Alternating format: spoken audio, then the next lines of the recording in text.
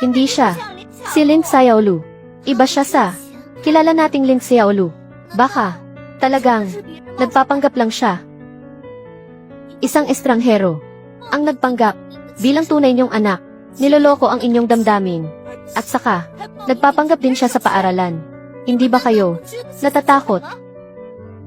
May ebidensya ka ba na hindi siya si Xiaolu? May ebidensya ka ba? Mayroon akong resulta ng psyche test. Kapag binuksan ko ito, malalaman na natin ang totoo.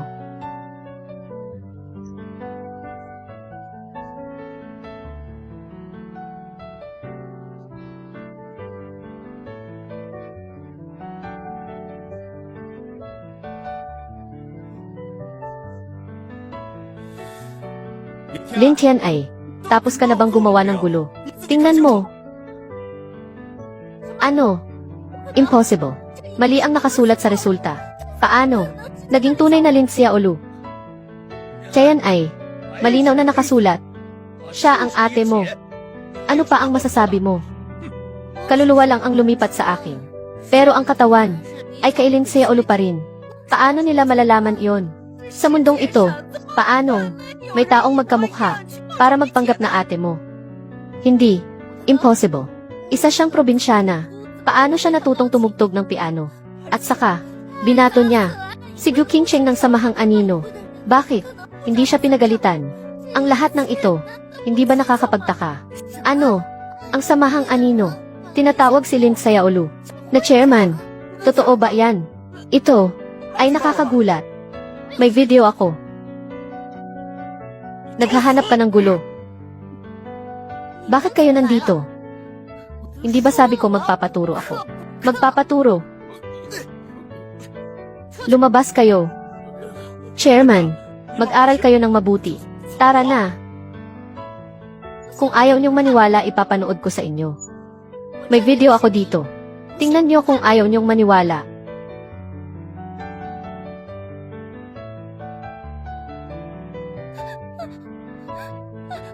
Sa susunod mong buhay, maging siga ka sana. Tapusin siya ng tao. Kaya pala si Xiaolu ay talagang itinulak ni Tianai sa gusali.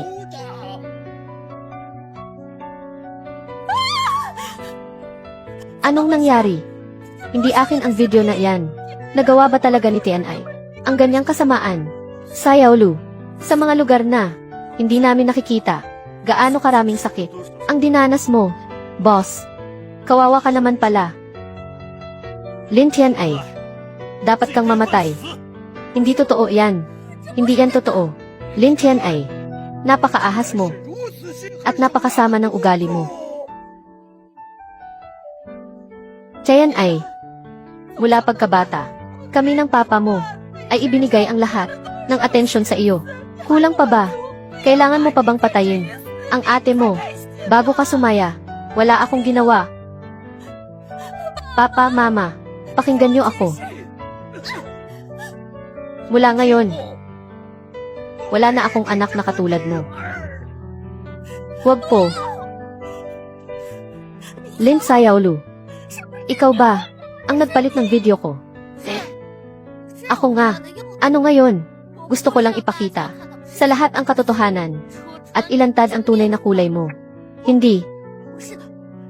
Si Lin Xiaolu ay hindi mangangahas na gawin yan. Siguradong hindi ikaw si Lin Xiaolu. Noong midterms, pinalitan ko ang papel mo. Ang papel na may 5 puntos ay dapat sa iyo. Principal Zhao, hinihiling kong pasagutan ulit kay Lin Xiaolu ang mga tanong sa midterm exam. Kapag hindi niya nasagutan, isa siyang peke. Nagpanggap siya para kumuha ng pagsusulit. Dapat siyang makulong. Tumayo ka. Ulitin ang pagsusulit. Parang hindi maganda yon ah. Principal, bigyan natin si Xiaolu ng pagkakataon. Hayaang kumuha ulit ng pagsusulit. Inosente siya. Kung siya talaga, si Xiaolu, ang mga tanong sa midterm exam, para sa kanya, ay sisiw lang. CJ, Lin Xiaolu, payag ka bang ulitin ang midterm exam? Walang problema.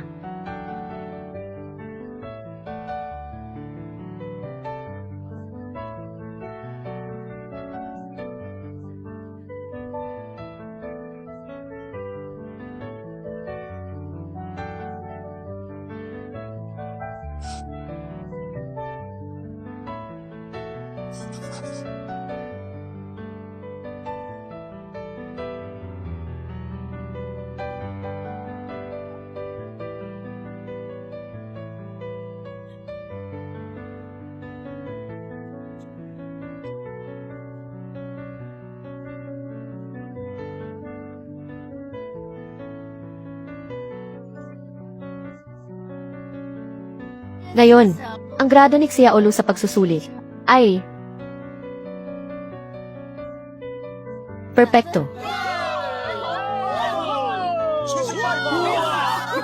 Ang galing. Ano? Mas mataas ang grado ko sa iyo. Ako pa rin ang nanguna. Xiaolu, ang galing mo talaga. Hay naku. Lin Tianai, bago dumating ang pulis, mayroon ka pa ba ang sasabihin?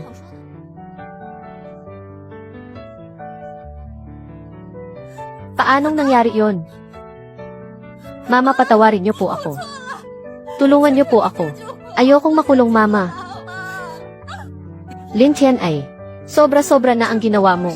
Kasamaan, kahit bumaba ang Diyos, ay hindi ka na maliligtas. Lin Tianai, sangkot ka sa kaso ng pananakit. Sumama ka sa amin para imbestigahan. At ikaw, Yi Zeming, may natanggap kaming sumbong. Ang pamilya Yi ay sangkot sa panunuhol. Sumama ka sa amin. Dalhin na sila. Anong ginagawa nyo? Mama, ayokong makulong, Mama. Bitawan nyo ako. Bitaw, ayokong makulong. Munting lapastangan. Buti nga sa iyo. Anong ginagawa nyo? Lin Xiaolu, kaarawan mo ngayon. Anong hiling mo na gusto mong matupad? Gusto ko magpasalamat sa isang tao. Salamat sa pagsama at pagtulong niya sa akin. Sa hinaharap, gusto ko siyang makasama sa paglalakbay.